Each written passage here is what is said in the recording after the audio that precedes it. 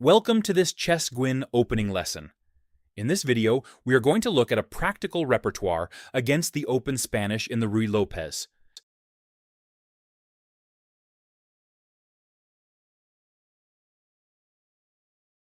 Knight f6 is by far the most common continuation and most principled move. Black starts development of their kingside, while also threatening the e4 pawn.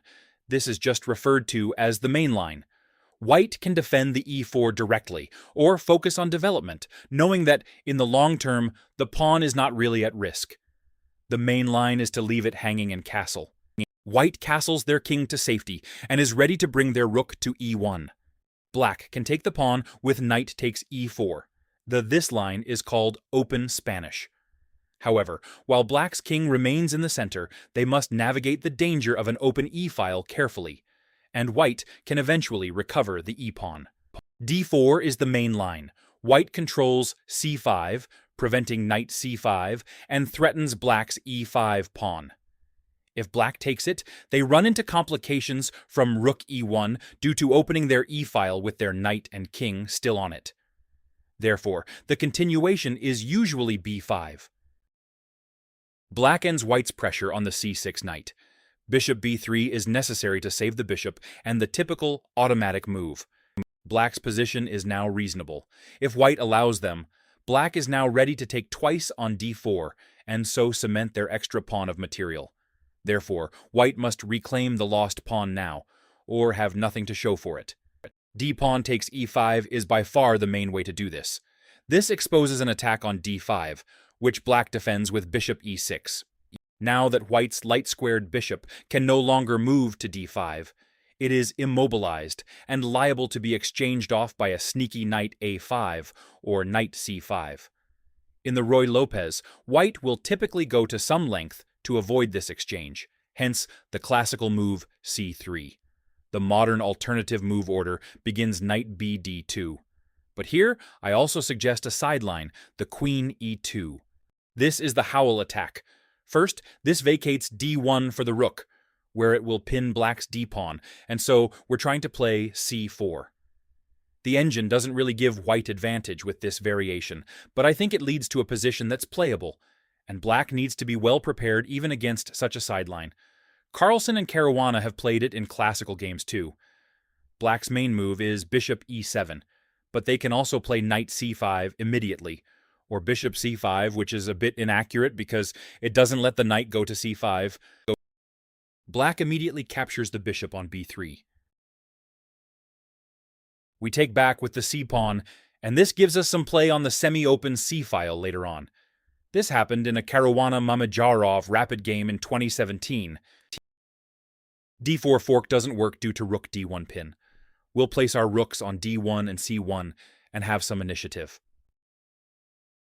As I mentioned, bishop c5 is not the best choice. After knight d2, the knight can't escape on c5.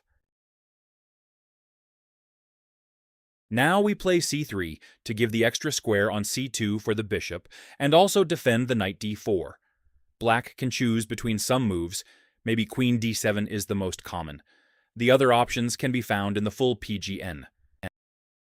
We exchange the bishops. Black can maneuver the knight to c4, but it won't stay there for long. The knight can't take the b2 pawn because there is a threat on h7. It is important to save the bishop here too, despite it looks strange on d1. But Black's knight is worse on a3. White has advantage. The plan is to attack against the king. Queen d2 h6, then knight g5, and we can push the h-pawn too. Let's get back to the main line. We continue the main plan. Black usually castles here, but there are some games with knight c5, which doesn't work here. We have a nice trick, because our rook is already on d1. It looks like Black managed to protect the bishop, and a3 doesn't work right now. If the queen moves, the knight take on c2. But we have a really nice solution after knight b4. Knight e1. We protect the c2, and now we can play a3, and Black can't avoid it. They can protect the bishop, but this way the knight will be trapped. We regained the piece, and the unpleasant pin on d5 remained. So black castles instead of knight c5. c4 is the essence of this variation. Black should take it. Using the pin on d5, we can take back. Usually bishop c5 comes here, but there's also queen d7. We attack the e4 from c3 now. We got rid of the knight on e4, a6 is hanging, and we can also play c4 after the bishop moves from there. Black can try to open the position with f6. We'll get the bishop pair with the knight g5. I think white has better chances. The only way to save the f2 is bishop e3. We want to play knight to c3 again. And if the knight on e4 disappears, squares like c5 will be weakened, and we can also play against the d5 pawn. The best move here is queen to b8, which avoids this. Now the bishop is hanging, and we can't take on d5 because the b2 pawn is hanging too. We protect both with bishop to b3. Black attacks the bishop. It can't move due to the b2. We bring the knight, but now to d2, so that b3 is properly protected. We have a good game on the dark squares and along the d and c files. Black can still choose how to continue here. These options can be also found in the PGN.